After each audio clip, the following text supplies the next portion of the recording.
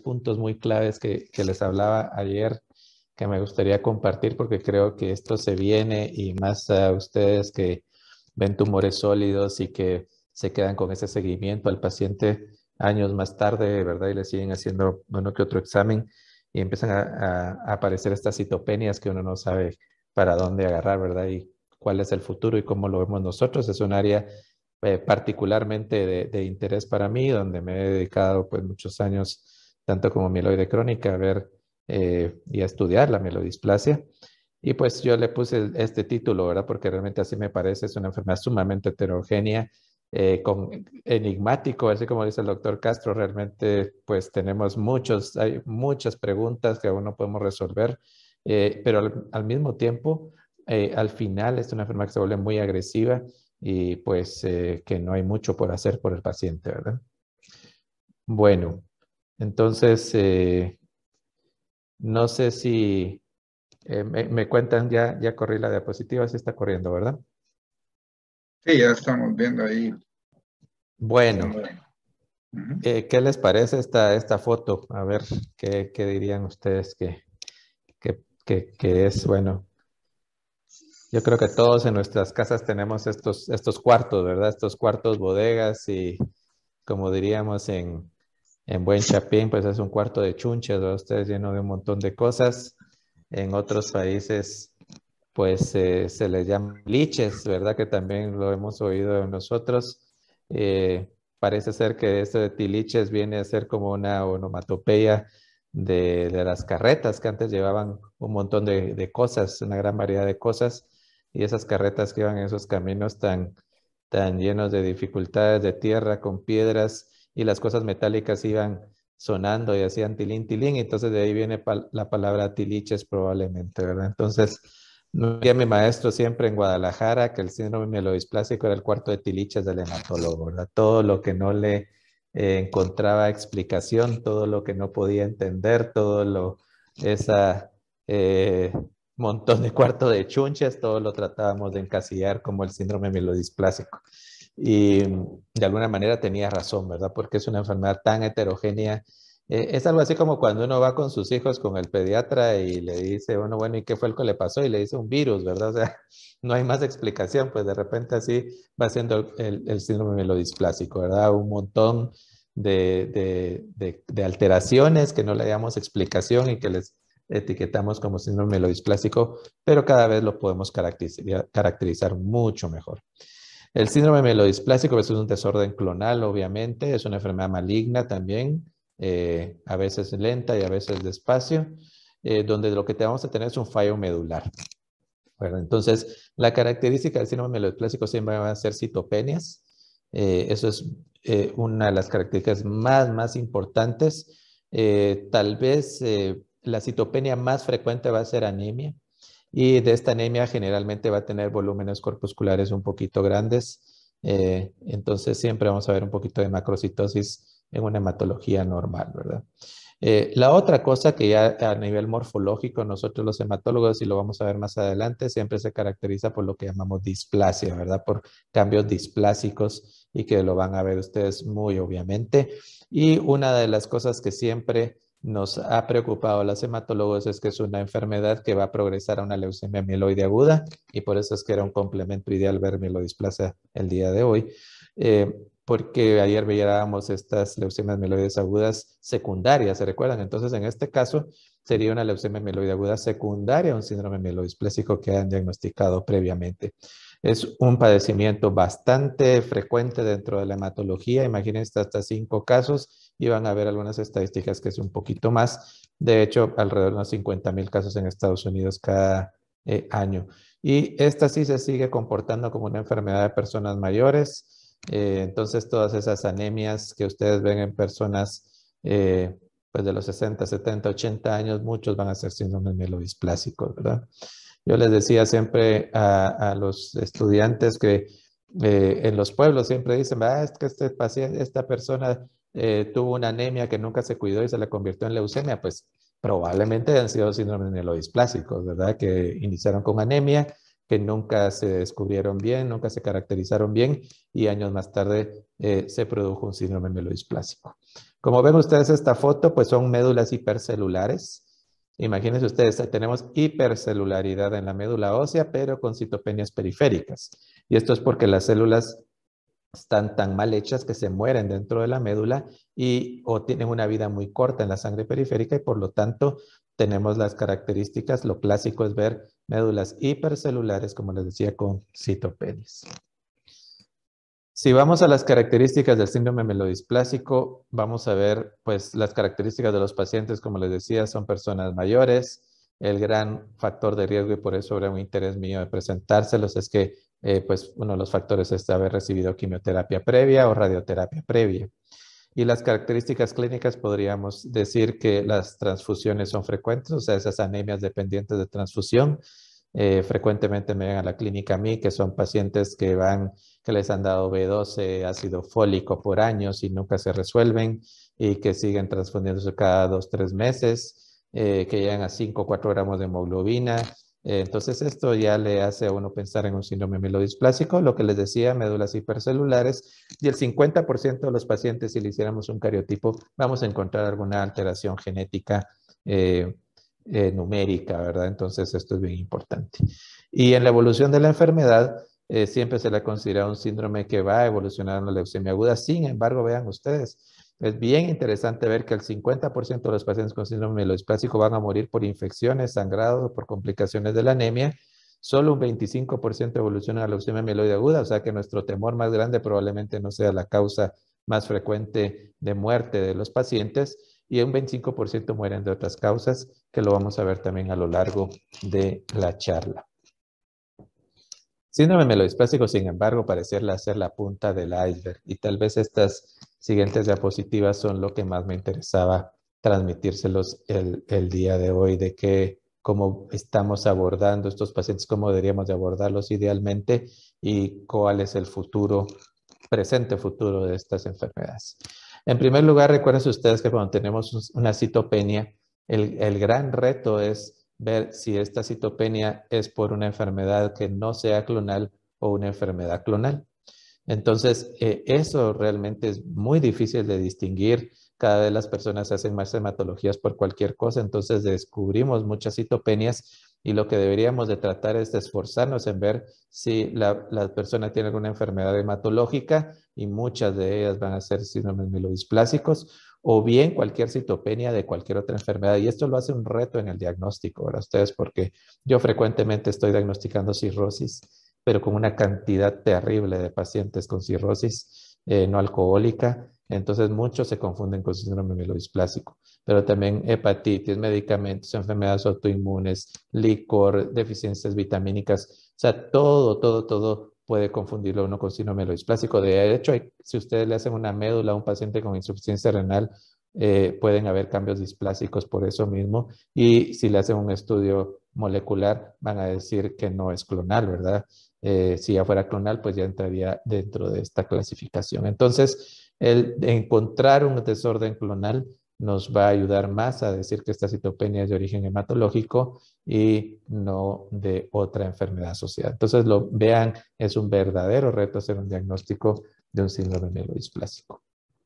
Como les decía, va aumentando con la edad. Esto es de Estados Unidos y vean ustedes 60, 50, 60 años hasta que hay un gran porcentaje, arriba de 85 años de pacientes con síndrome mielodisplásico. ¿Cuáles son los factores de riesgo? Pues muy relacionado a lo que ya habíamos hablado, ya lo de la leucemia, no voy a insistir mucho en esto, ¿verdad? Pero algunas enfermedades hematológicas a edades más tempranas, como el Fanconi, quimio y radio, fumar, benceno, otros solventes de las pinturas, por ejemplo, consumo de alcohol que está discutido, la obesidad también que lo pongo entre signos de interrogación, pero que probablemente sean factores de riesgo, ¿verdad? De un síndrome mielodisplásico. Esto solo es por fines históricos. Vean ustedes qué interesante.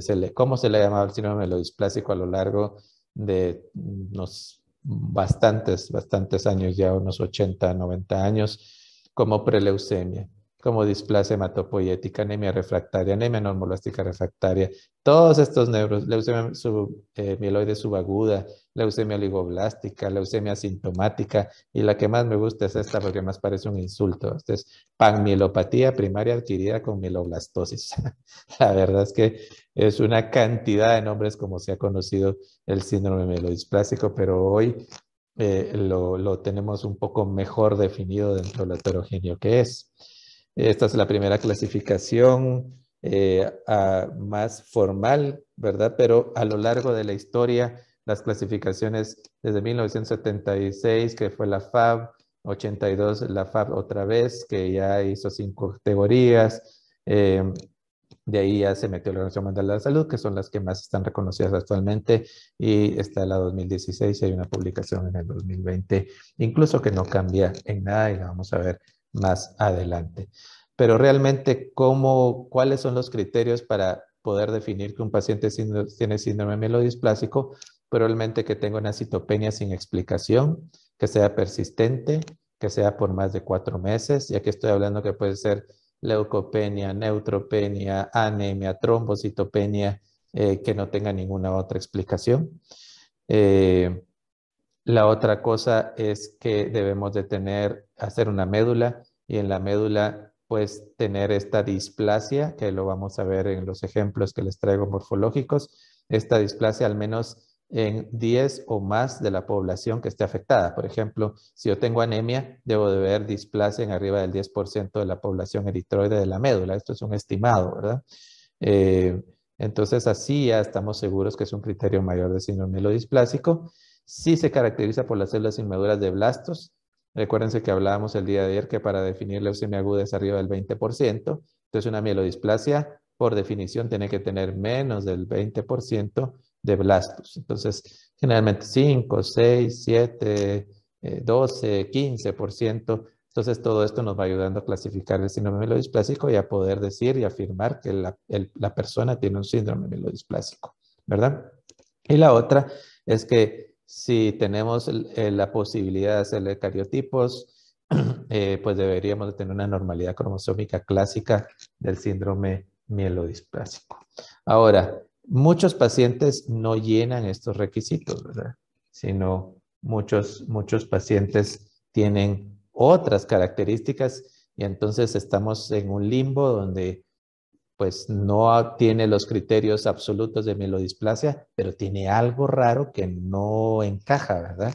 Entonces, tenemos pacientes solo con citopenia sin displasia, pacientes solo con displasia sin citopenia, pacientes con anormalidades genéticas que no tienen ninguna de estas alteraciones, en fin, tenemos una serie de pacientes que cada vez estamos descubriendo más y que no encajan en síndrome mielodisplásico. Y entonces la pregunta es, ¿dónde encajan? Y la otra cosa, ¿qué pasa cuando tenemos un paciente con estas características que no llena criterios absolutos del síndrome mielodisplásico, pero al mismo tiempo sabemos que no está normal?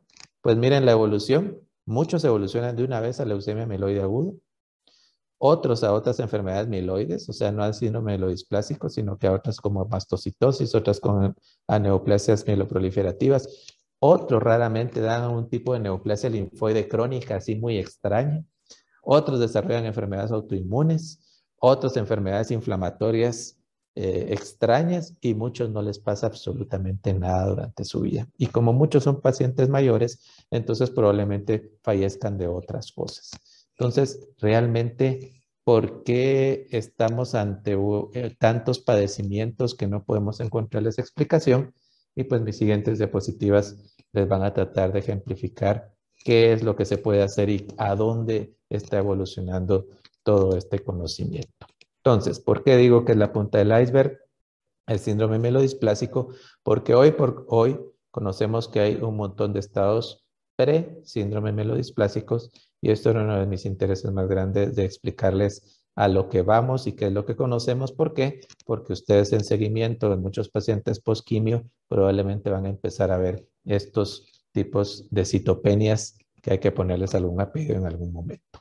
Bueno, y aquí empezamos con si ya el síndrome mielodisplásico era complicado, vean los estados pre-síndrome mielodisplásico. Entonces tenemos miren todos estos términos, están los CHIP, los IDUS, los ICUS, los CCUS y el síndrome mielodisplásico propiamente dicho. Bueno, imagínense el CHIP, lo que es una hematopoiesis clonal de potencial indeterminado, se llaman. Entonces, aquí lo que descubrimos es que tenemos una alteración molecular a nivel de genético, lo hacemos por NGS, en arriba del 2% de la variante alélica de las mediciones, y entonces aquí estamos descubriendo que los pacientes ya tienen una clonalidad, sin embargo, pues no hay ninguna otra alteración. ¿Cómo se hicieron estos estudios? Pues les cuento que muchos pacientes solo por la edad, en Estados Unidos, solo por la edad, o bien después de la quimioterapia, les hacían estos tipos de NGS y empezaron a descubrir que aunque no tuvieran ninguna citopenia ni ningún cambio displásico, ya tenían alteraciones genéticas y estas hoy por hoy las conocemos como CHIP, ¿verdad? Los IDUS o lo que son la displasia idiopático de significado indeterminado, esto quiere decir que el paciente no tiene ninguna alteración genética, pero ya empieza con ciertos cambios displásicos, no mayores del 10%, sino menos del 10% de la celularidad, entonces se clasifica como IDUS. El ICUS, ¿verdad? O ICUS, como lo quieran ver ustedes, es una citopenia idiopática de significado indeterminado también. Entonces, esto sí es lo que generalmente yo veo en la clínica también, ¿verdad? Son esos pacientes que me mandan a mí por leucopenia, por neutropenia, que no les encuentro explicación, que nunca han tenido esta enfermedad, que siempre han tenido hematologías normales, o que tienen trombocitopenias leves, o que tienen anemias muy leves, y que no encontramos ni mielodisplasia ni nada, solo la citopenia. Entonces, yo tengo por el momento un par de pacientes mucho mejor clasificados, que los tengo como esto, como un ICUS o ICUS, y que los estoy dando seguimiento, ¿verdad? Esperando poderles hacer un estudio molecular que probablemente pronto se los podremos hacer. Entonces, aquí tenemos solo la alteración genética, solo la displasia leve, aquí solo la citopenia leve, y puede progresar un paciente a algo que ya es un CCUS. Un CCUS es citopenia, pero clonal. Eso quiere decir que yo tengo alteración de glóbulos blancos, de plaquetas o de hemoglobina leve, pero le descubro una alteración genética por NGS, ¿verdad? Entonces, vean ustedes lo importante es que hasta el 80% de los pacientes que tienen un CCUS van a progresar a síndrome mielodisplásico, ¿verdad? Aquí vean ustedes la progresión a síndrome mielodisplásico con un chip es de 0.5 a 1% por año. Esta no se sabe. Esta hasta un 10% por año va a evolucionar a un síndrome mielodisplásico. Esta hasta un 80%. Esto ya es como dijeran en mi pueblo, un punto de síndrome mielodisplásico porque ya está a punto de tener síndrome mielodisplásico y que ya saben ustedes los criterios. Entonces, todo esto ha venido a revolucionar definitivamente nuestra visión de qué pasa con esas citopenias y qué es lo que debemos de hacer. Entonces, vuelvo a resumir los estados premielodisplasia, el ICUS, solo citopenia, IDUS, solo displasia, el CHIP, solo mutación, CCUS, citopenia más mutación, y vienen a complicarlos un poquito más, algo que se llama actualmente ARC, y el ARC es Age-Related Clonal Hematopoiesis, que es como un chip, solo que relacionado con la edad. Imagínense ustedes, o sea, hoy por hoy estamos viendo que las personas, la sangre va envejeciendo a medida que nosotros envejecemos y pueden empezar a aparecer mutaciones en estos pacientes solamente por la edad, ¿verdad? En la tercera edad. Y esto está también influyendo mucho porque muchos de estos pacientes se están descubriendo con enfermedades principalmente cardiovasculares, con enfermedades cerebrovasculares, donde tienen mutaciones que les están predisponiendo a estas enfermedades. Entonces, esto está revolucionando. Y también otro término que se ha ido metiendo es a lo que se llama CHOP, que no se confundan con el esquema de quimioterapia. El CHOP es una Clonal Hematopoiesis of Oncogenic Potential y es cuando ustedes, por ejemplo, les voy a poner un ejemplo, no sé si vieron las neoplasias mieloproliferativas, pero hay un gen driver que se llama JAK2. El JAK2 sabemos que es una variante patogénica por excelencia mutada. Entonces hay pacientes que tienen JAK2, pero no tienen ninguna neoplasia, simplemente una hematología normal, pero sabemos que ya tienen una mutación oncogénica per se. Entonces a eso se les llama CHOP y estos pacientes muy probablemente evolucionan a leucemia mieloide aguda mucho más rápido. Entonces, vean ustedes todas estas clasificaciones que tenemos, así que tenemos una gran misión los hematólogos y los que se dedican totalmente a esto, porque esto cada vez va a ir revolucionando. ¿Por qué les digo que va a ir revolucionando? Porque de alguna manera, probablemente en el futuro, a los que se infarten, que sean mayores, les vamos a tener que hacer NGS para enfermedad mieloide, a los que tengan ACVs, porque eso pudiera explicar mucho del comportamiento de estas enfermedades. Entonces, bueno, las citopenias pueden ser de anemia, de neutropenia, de trombocitopenia o de todas las líneas celulares. Y vean ustedes lo que les decía, todas estas enfermedades generalmente o van directamente a la citopenia clonal de significado incierto o bien a síndrome mielodisplásico. Entonces, así van evolucionando. ¿A qué me refiero con estos desórdenes clonales?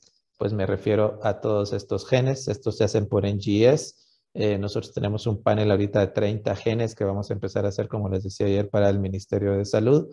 Y vean ustedes todos los genes que están involucrados en cualquier enfermedad mieloide, mielodisplasia, leucemia mieloide aguda, estas citopenias que les decía yo, el CCUS, todo esto está explicado por un montón de estos genes y sus diferentes comportamientos biológicos. Si lo quieren ver ustedes en porcentajes, vean ustedes esta que se llama SF3B1, está hasta en un 28% de los pacientes con estas molestias. TET2 también, ASXL1, RUNS1, TP53, en fin, vean ustedes todos los porcentajes van bajando, pero cualquiera de estas alteraciones podemos encontrar variantes patogénicas o probablemente patogénicas que nos estén explicando por qué estas citopenias y por qué este tipo de comportamientos hematológicos.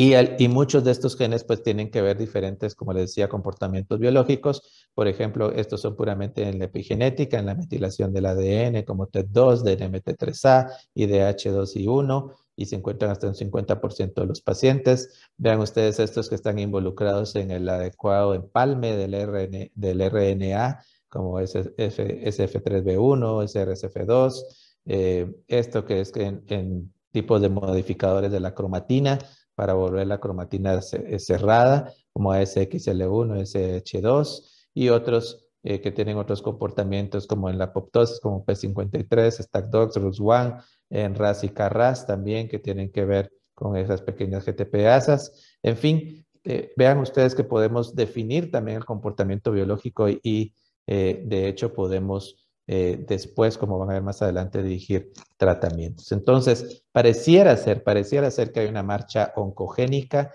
Esto quiere decir que tenemos una predisposición genética de alguna manera o algo que dispare estos insultos genéticos. El paciente desarrolla los famosos CHIP o ARC por la edad. Después ya se suman mutaciones oncológicas y esto va a que hayan lo que se llaman las mutaciones driver que produzcan ya sea las neoplasias mieloides o síndromes mielodisplásicos.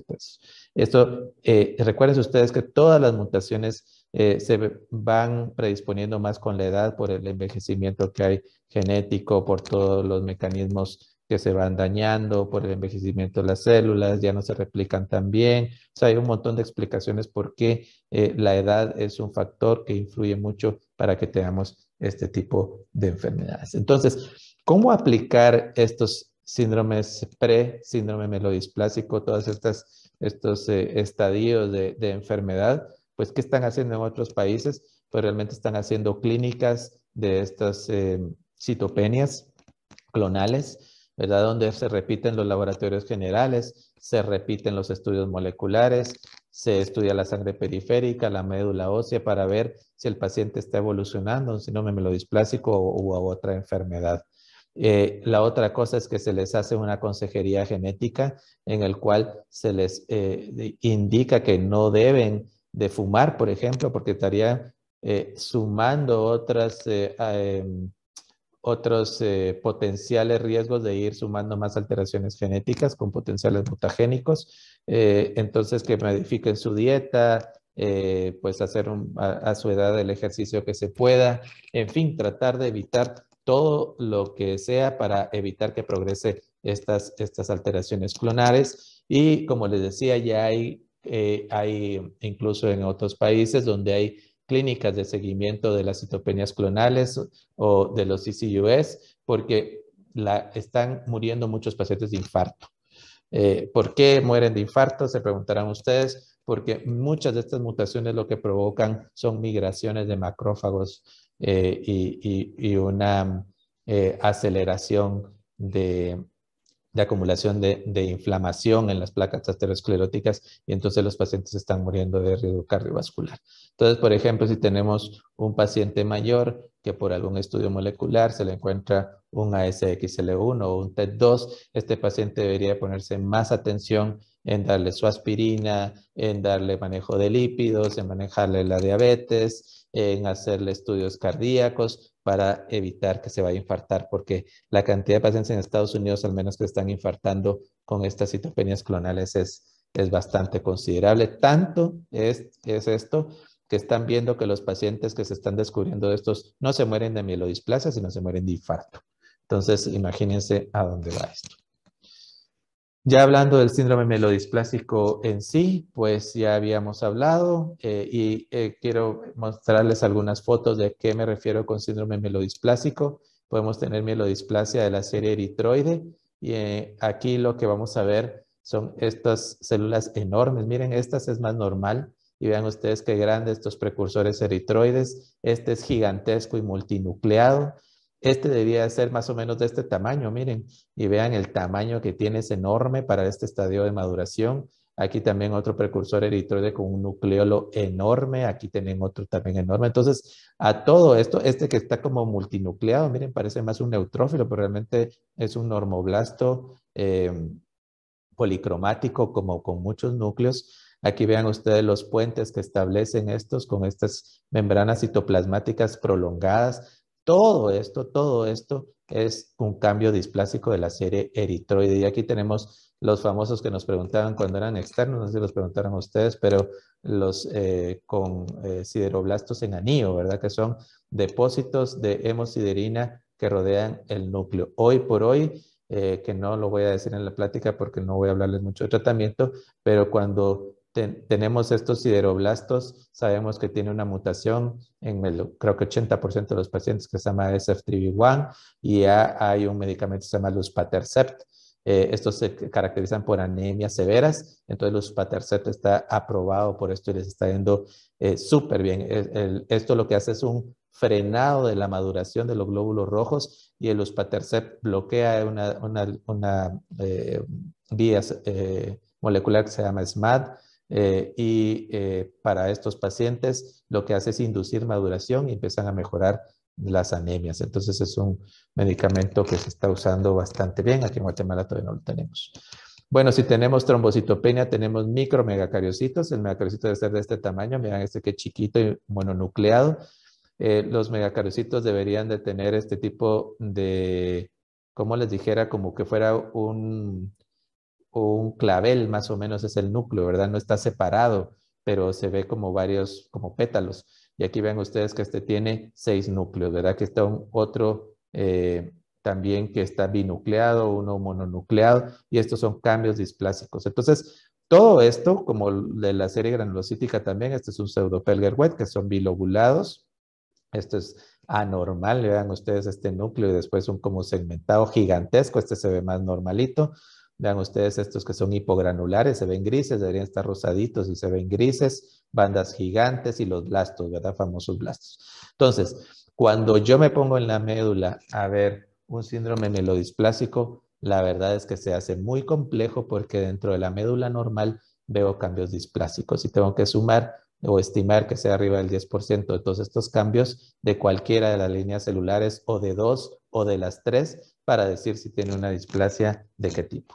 En la sangre periférica puedo ver pseudopelgert-Wett, esto sí es un diagnóstico que hice hace un tiempo, o estos neutrófilos en dona, miren aquí los caché, miren no tiene plaquetas el paciente, tiene un pseudopelgert-Wett, que recuérdense que los neutrófilos tienen 3 lóbulos o 4, este solo tiene 2 con un puentecito aquí, y este que parece en dona, ahora parece una dona. Entonces estos son cambios displásicos en la sangre periférica. Aquí tienen otros ejemplos, un megacariocito, un blasto, ser eritroide, y así podemos ir sumando. ¿Qué les deberíamos de hacer a estos pacientes? Pues un cariotipo, este es normal, o les podríamos hacer un FISH para ver ciertas alteraciones. Y aquí tienen ustedes todas las alteraciones genéticas que incluso me da puntajes de riesgo. Vean ustedes, estas son de muy buen pronóstico, intermedio, pobre y muy pobre, arriba de 3 anormalidades genéticas en la misma metafase. Entonces, esto impacta en la sobrevida. Vean ustedes, cuando tenemos más de 3 anormalidades genéticas en las mismas metafases, tenemos un 5 meses de sobrevida global, mientras un 60 meses con una como de lesión de cromosoma 11 del brazo largo. Entonces, sí influye la alteración genética. Por eso es que deberíamos hacer cariotipo. Esa es otra retrasada que tenemos en Guatemala, que no estamos haciendo cariotipos. Y nosotros, a pesar de ser un centro de estudio genético, todavía no hacemos cariotipo. Es algo, aunque es muy viejo y que no es tan complicado, requiere de mucha preparación, de mucha gente especializada, grupo grande de trabajo y de hacer bastantes cariotipos para tener esa especialidad, ¿verdad? Que si quieren después lo podemos hablar. Bueno, la clasificación de la Organización Mundial de la Salud nos clasifica así el síndrome mielodisplásico, perdón. Y vean ustedes, esas eran esas preguntas que le hacían a uno, ¿verdad? Una displasia de solo una línea, sideroblastos en anillo, displasia multilínea, que son las 3 líneas celulares, con exceso de blastos que lleva tipo 1 del 2 al 4%, tipo 2 del 5 al 19%. Y vean ustedes, fíjense bien en este síndrome mielodisplásico con deleción del brazo largo del cromosoma 5, que es muy importante y ya la van a ver por qué. Bueno, después de diagnosticarlo, así como vimos con lo genético y con lo morfológico, deberíamos de hacer el puntaje por riesgo. Y el puntaje por riesgo ustedes clasifican, le dan estos puntajes a si tiene blastos y cuántos blastos tiene. Esta es la más viejita, que todavía la FAB involucrada que hasta un 30% de blastos todavía era mielodisplasia. El cariotipo y el número de citopenias, si solo era una línea, si eran 2 líneas o 3. Y así ustedes sumaban y según el porcentaje clasificaban el síndrome mielodisplásico como bajo riesgo, que es intermedio 1, intermedio 2 y de alto riesgo. Valga la redundancia que también como nos gusta complicarnos la vida, a estos dos se les conocía juntos como de bajo riesgo y a estos dos juntos de alto riesgo. Entonces aquí tienen ustedes las posibilidades de encontrar estos pacientes según el momento de hacerle los estudios. Después vino esto, la anterior era la International Prognostic Score System y esta era la revisada, donde me gustaba a mí mucho porque ya metía niveles de plaquetas exactos de hemoglobina y de neutrófilos para poder darle mayor significancia e igual no las clasificaba como muy bajo, bajo, intermedio, alto o muy alto riesgo según el número de puntos que ustedes utilizaron. Y vino una clasificación más que era de la Organización Mundial de la Salud junto con el IPSS revisado, donde también me gusta mucho porque metía los requerimientos transfusionales para otorgarle un puntaje. Sin embargo, estas dos últimas clasificaciones no las usan mucho los especialistas, sino la más viejita porque sé que esas fueron las que se aprendieron de memoria, ¿verdad? Entonces también esta nos hacía este tipo de clasificaciones y creo que nos ayudaba mucho porque nos metía un poquito más de parámetros clínicos no teniendo cariotipo. ¿Cómo se trata? ¿Por qué era importante ese puntaje por riesgo? Porque les decía yo que se clasifican en alto riesgo y bajo riesgo. Entonces, los síndromes mielodisplásicos de bajo riesgo prácticamente es eritropoyetina, factores estimuladores de colonias, transfusiones, antibióticos. Si tenían muchas transfusiones, pues quelación de hierro, que eso sí lo tienen ustedes en el Seguro Social porque es extremadamente caro. y tratamiento de soporte en general. Eso es lo que hacemos con los síndromes mielodisplasticos de bajo riesgo. Pues si tiene la SF3B1 o estos sideroblastos en anillo, pues da luspatercept, que es lo que está aprobado.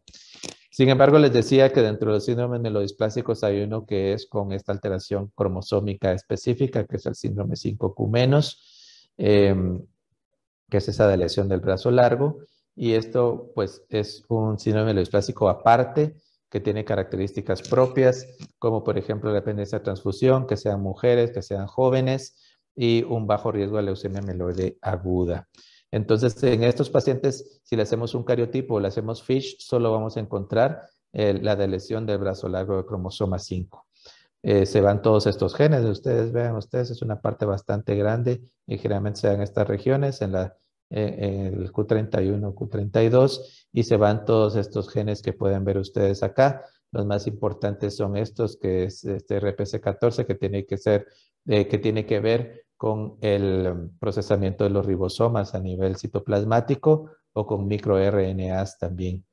Entonces, lo que provoca este desensamblaje de los ribosomas por la mutación de esta proteína del gen y de lesión de la proteína RPC14 o baja de la proteína más bien, es que lo que hacen es que estas unidades ribosomales recuerden ustedes que los ribosomas se ensamblan por varias subunidades y esta falta de proteína lo que hace es liberar todas esas subunidades y ya no se ensambla el ribosoma. Estas subunidades son captadas por el inhibidor de P53 que se llama MDM2 y al MDM2 saturarse por tantas subunidades ribosomales, libera P53 y hace apoptosis de la célula eritroide. Al hacer apoptosis de la célula eritroide tenemos anemias severas en estos pacientes, de 3, 4 gramos de hemoglobina, requiriendo transfusiones a cada ratito.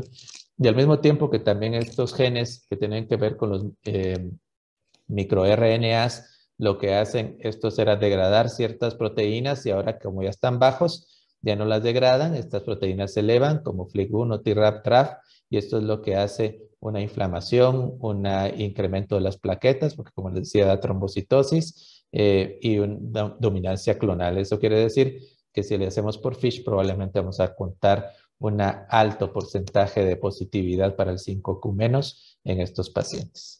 ¿Por qué les digo que la Organización Mundial de la Salud sacó este síndrome mielodisplásico y lo puso exactamente como una clasificación aparte? Porque hay un tratamiento dirigido, que es la lenalidomida, que también pues tienen acceso en el Seguro Social, sus colegas hematólogos o nuestros colegas hematólogos, y media vez tenga el 5Q- de bajo riesgo, la indicación es darle lenalidomida, porque lo que hace es romper toda esa una sustancia que desatura el MDM2 y permite que otra vez MDM2 empiece a funcionar y empieza otra vez a restaurar el equilibrio con P53 y también otras sustancias que tienen que ver con la apoptosis. Entonces empieza a elevarse la hemoglobina del paciente y empieza a haber una muerte clonal, la clona 5Q-, y por eso es que es importante en específico.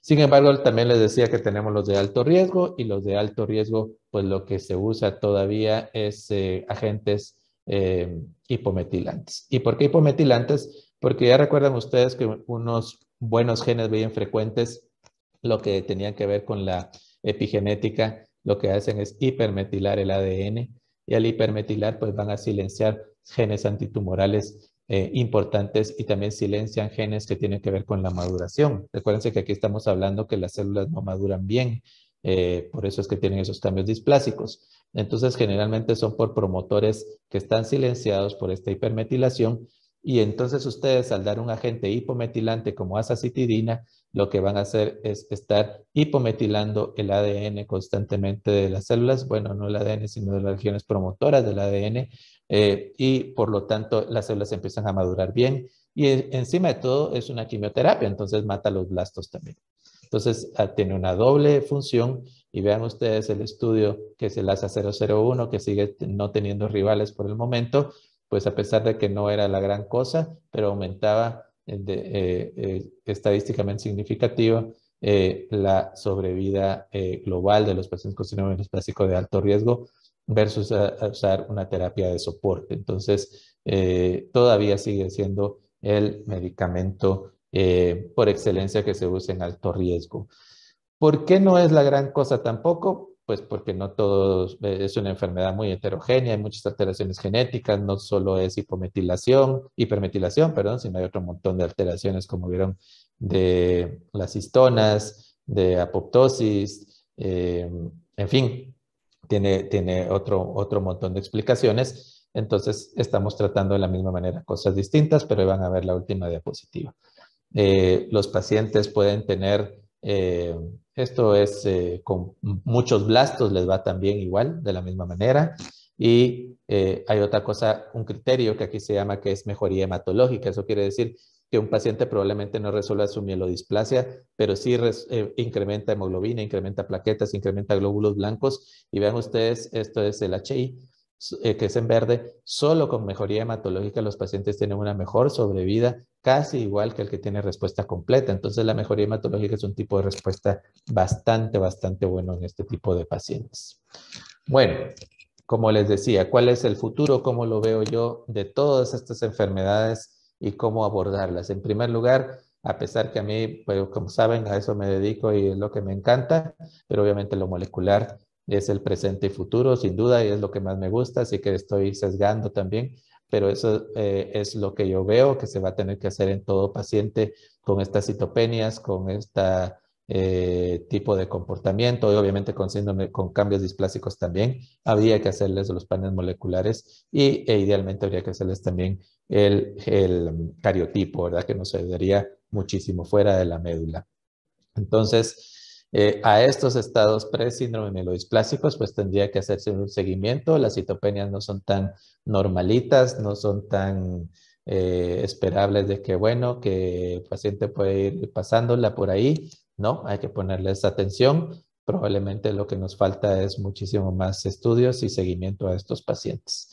¿Qué otra cosa viene? Azacitidina oral, no les dije, pero era intravenosa o subcutánea, pero ya está azacitidina oral o decitabina oral en Estados Unidos, que va a ser un mantenimiento a este tipo de enfermedades o tratamiento a los de bajo riesgo. Van a venir tratamientos antifallo también a azacitidina intravenosa.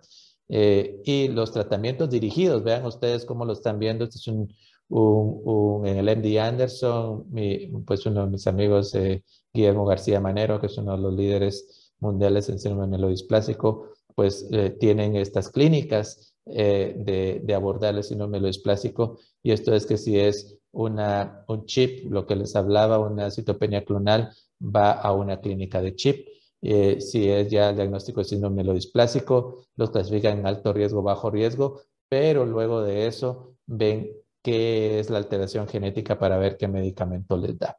Entonces, el screening genético puede ser que todas estas mutaciones ya tienen blancos moleculares y están entrando en estudios clínicos, por supuesto. Este es súper interesante. Miren, es una de las primeras moléculas contra el TP53, que se llama PR246, y tiene bastante futuro. Yo creo que los pacientes con estas mutaciones que eran pues insalvables y que siempre son de mal pronóstico en cualquier enfermedad, incluso en cáncer, en tumor sólido, la mutación de TP53 siempre es mala, pero en hematología por lo menos se está pensando en que APR 246 pueda ser el futuro para tratar a estos pacientes. Entonces, todo lo heterogéneo, probablemente vamos a confeccionar tratamientos según la mutación que cada uno de los pacientes tenga. Esto sería lo ideal y esto es lo que se está hablando en todos los lugares. Sin embargo, pues siempre con nuestras limitaciones en nuestros países. Bueno, nuevamente hoy me pasé 5 minutos, así que pues esto era lo que les quería explicar y pues soy todo oídos para las preguntas.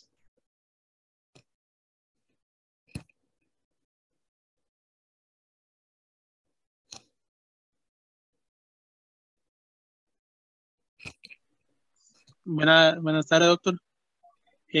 Con el abordaje, como usted está diciendo, uno de los factores de riesgo es haber tenido quimioterapia. Le pongo un ejemplo, así como una paciente con cáncer de colon que tenía los blancos bien y en la hematología tenía 3.500 blancos, un ejemplo. Entonces habría que esperarlos siempre buscando las otras causas y si todo está negativo, tendría que pasar con esos 3.500 blancos por 4 meses para sospechar ya un mielodisplásico. Sí, y la médula, ¿verdad? Y sí, con eso, digamos, si ya no está en quimio, ya no tiene ninguna explicación, ustedes cuando tienen esas hematologías del diagnóstico y no tenía ninguna alteración hematológica y ahora, que te dijera, porque a veces no es que ni esperar 4 meses, estás haciéndole el seguimiento de 6 meses y un año y ves que sigue con con la famosa leucopenia y después se te asocia un poquito de trombocitopenia. Entonces, sí, hay que sospechar, hacer una médula ósea y si tiene mielodisplasia, pues observarla. A eso iba con estos desórdenes que les decía premielodisplasia. Lo que están haciendo en otros países es que a estos pacientes les corren un panel mieloide por NGS y así puedes determinar si hay clonalidad o no. Si no hay clonalidad, pues te puedes quedar un poquito más tranquilo porque de repente solo es una citopenia de significado incierto que no sabes para dónde va a agarrar. Pero si ya tiene citopenia y tiene clonalidad, pues entonces ya estarías en un CCUS y hay que seguirlo muy de cerca porque pues las posibilidades de que progrese un síndrome mielodisplásico son muy altas. Entonces ya se tendría un mielodisplasia relacionado con tratamiento, ¿verdad? Pero así es como se han ido descubriendo este tipo de enfermedades. Yo estoy seguro que en el futuro, como yo les bromeo aquí en el laboratorio y que les digo que en algún momento vamos a desaparecer porque vamos a llegar a un aparato así puro donde uno compra un agua gaseosa, ustedes entre unos 50 años y nos van a pinchar un dedo y ahí nos van a sacar todo el genoma y nos van a decir como un ticket todo lo que vamos a padecer, ¿verdad? Porque seguramente así va a ser. O sea, la tecnología viene a sumarse increíblemente, ¿verdad? Y ahí nos vamos a tener muchísima más información. Está bien, gracias, doctor.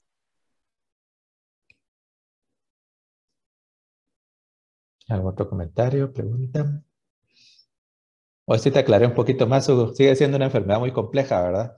Es una enfermedad bien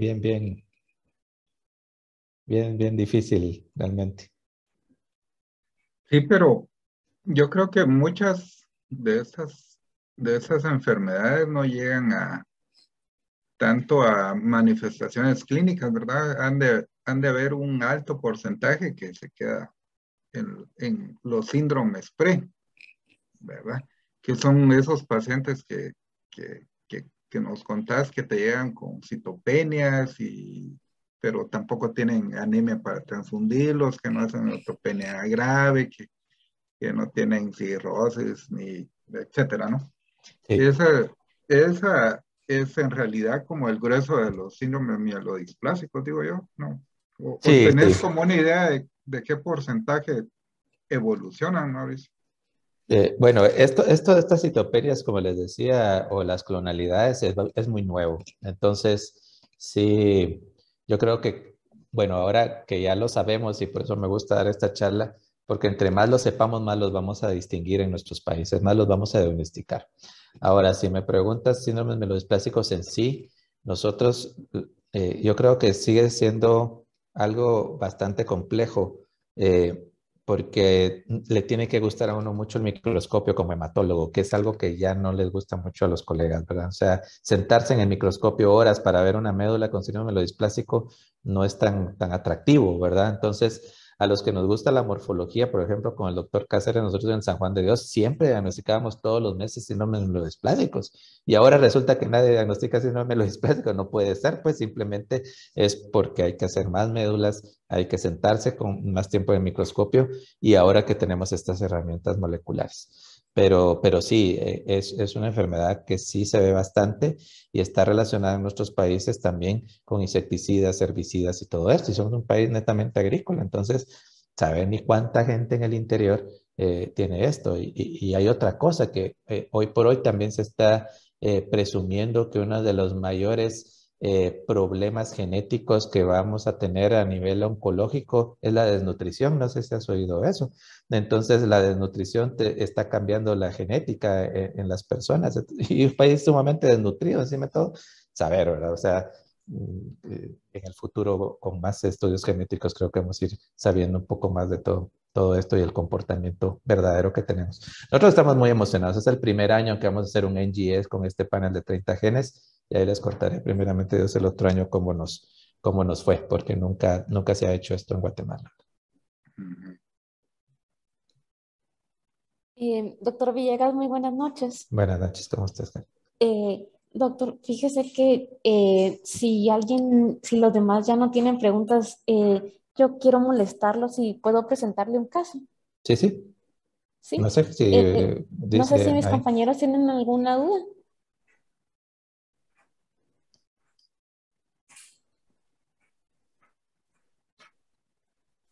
Bueno, entonces voy a empezar a compartir la pantalla.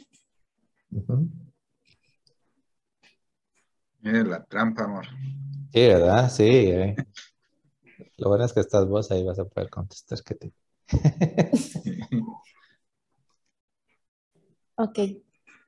Bueno, entonces yo lo coloqué como caso interesante porque como es de todo me parece interesante. Entonces, bueno, pues los datos generales de la paciente, pues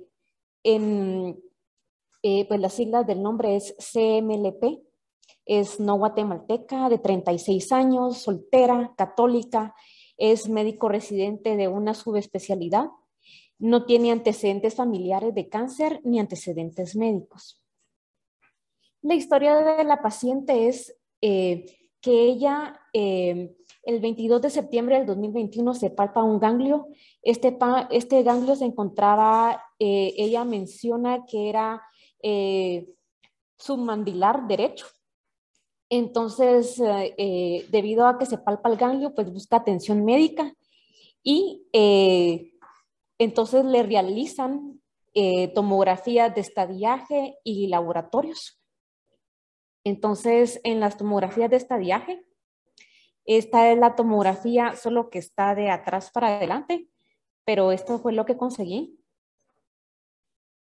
Entonces, esta es la tomografía cerebral y de cuello.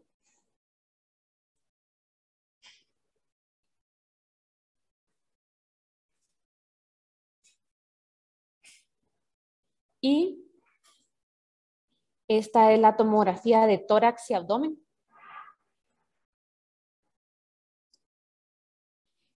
Entonces, en la tomografía de cuello lo que evidencian es que en el segmento 3 hay un ganglio, bueno, lo mencionan sí como un ganglio en el segmento 3 de aproximadamente 20 milímetros. Y en el resto, hablándose de tomografía de tórax y de abdomen, pues los reportan como normales sin evidencia de actividad tumoral. Y tenemos aquí los laboratorios, una hematología con 9,000 blancos, con 5,200 neutros totales, 2,980 linfocitos totales, una hemoglobina en 13,6, plaquetas en 290,000, creatinina en 0,6, ácido úrico en 4,6, LDH en 219 con valores reportados por el laboratorio de 240 a 480. Esos son los rangos de laboratorio. Fosfatasa alcalina en 68. Y también debido a que se desconocía el origen de este ganglio, pues le realizan también marcadores tumorales, los cuales pues se encontraban normales. Y le realizan tiroglobulina, la cual se encontraba en 9, Epstein-Barr, IgG positivo, toxoplasma, IgG positivo, citomegalovirus, IgG negativo, hepatitis C, anticuerpos negativos. Bueno, entonces, debido a que pues la paciente tiene este ganglio y los resultados del laboratorio, entonces ella consulta a un instituto público del cáncer donde le realizan una BAF. Entonces esta BAF es, pues este aspirado es enviado a una clínica de patología particular donde mencionan que pues los hallazgos histológicos son sugestivos de un proceso linfoproliferativo. Entonces, pues debido a la sospecha de un proceso linfoproliferativo, porque al principio se sospechaba que fuese un escamoso de cabeza y cuello, entonces ahora que la paciente pues tiene una sospecha de un proceso linfoproliferativo, realizan una biopsia por excisión del ganglio, en el cual pues el reporte de patología menciona que reciben 2 fragmentos de ganglio. Entonces, el cual medía 2 por 0.5 por 0.3 centímetros y el otro fragmento medía 1.3 por 1 por 0.2 centímetros. Y pues la referencia de patología indica que es un infiltrado difuso linfoide de células monótonas de mediano tamaño con núcleos, con nucleolos basófilos, así es como lo menciona, con regular cromatina y que se encuentran en un tejido fibroide. Entonces, y que esto pues causa la pérdida de la arquitectura. Entonces a esto pues le realizan inmunohistoquímica, siendo positivo para CD45, CD20, CD3, PAC5, CD79A y BCL2, BCL6, siendo positivo también para CD10, MUM1, ciclina D1, CD15 positivo, CD30 positivo, CMYC positivo y Ki67. Debido a esto, pues hacen una revisión de la patología en un centro diagnóstico de Ohio, donde pues mencionan que también encuentran ellos positivo CMYC, BCL6, BCL2 y CD10. Entonces, pues ellos, el diagnóstico que dan es que es un linfoma difuso de células B y que tiene, pues, según inmunohistoquímica, positivo para CMYC con una amplificación positiva para BCL2 y BCL6. Y aquí pues tenemos las imágenes que manda el estudio de Ohio. Entonces, pues se tiene el diagnóstico de un linfoma difuso de células B con un solo ganglio. ¿Mande? Con un solo ganglio. Sí, fíjese que sí lo hicieron, dice que con un ganglio y que al parecer le hicieron excisión de la cadena. Eso es lo que ella me mencionó, pero la verdad es que como lo observamos, pues solo tenemos los 2 fragmentos que tienen aquí de la primera pues biopsia. ¿No le hicieron FISH? Ahí en Ohio. Fíjese que no hay FISH, no hay FISH. Entonces le realizan posteriormente médula ósea y biopsia de hueso, las cuales se encuentran sin evidencia de... ¿Mande? Normales. Sí, normales. Y entonces le realizan un PET scan.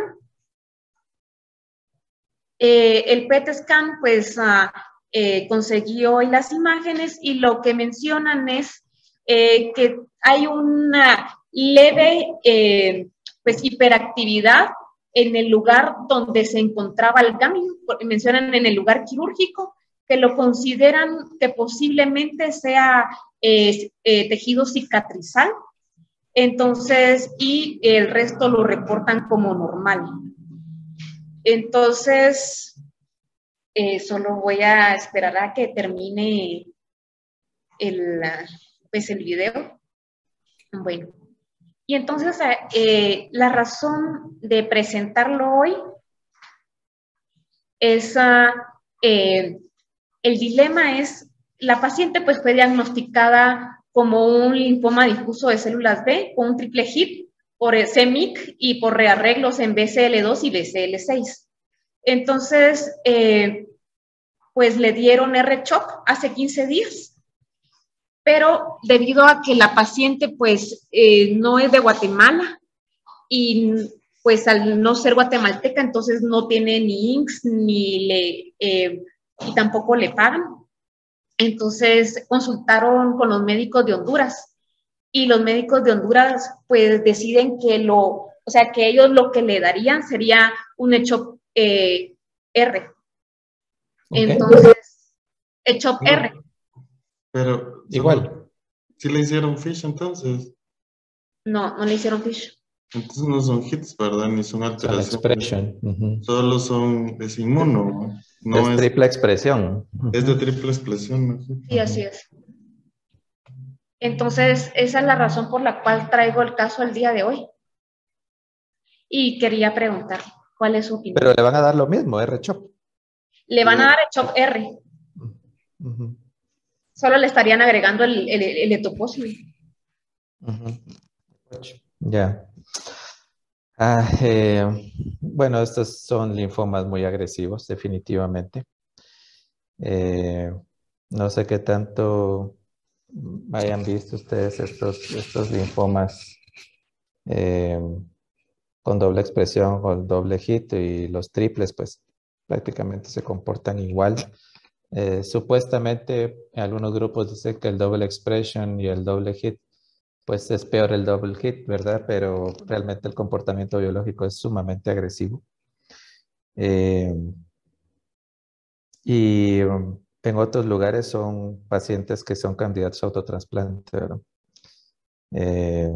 Para poder tratar de darle dosis altas. Lo que pasa es que siempre queda como la duda de que la carga tumoral, pues no había mucho, ¿verdad? Pero sin embargo sigue siendo para mí un linfoma sumamente agresivo, ¿verdad? Recaen muy pronto, eso es lo que tienen, ¿verdad? Entonces, sin embargo, el tratamiento sí puede ser intensivo, con quimioterapia, independientemente de lo que han decidido. Pero esto es lo que se hace en otros lugares, es tratar de ver, estoy hablando en general de este tipo de linfomas, de tratar de autotransplantarlos, ¿verdad? No sé si qué piensan ustedes o qué hayan visto. Lamentablemente en nuestros países cuesta un poquito también eso, ¿verdad? Porque no es tan fácil eso, ¿verdad? Pues yo esperaría que respondiera con el tratamiento y que por la baja carga tumoral pudiera ser una ventaja, ¿verdad? Yo los que he tenido de doble expresión, la verdad han sido con cargas tumorales mucho más altas y han recaído incluso con trasplante. Esperemos que este no sea el caso de la doctora, ¿verdad? Sino, es una doctora, me dijiste, ¿verdad? Sí. Entonces, Sí, doctora, es una doctora. Entonces, que sea el caso en que por la baja carga tumoral esperaríamos que se lograra controlar, ¿verdad?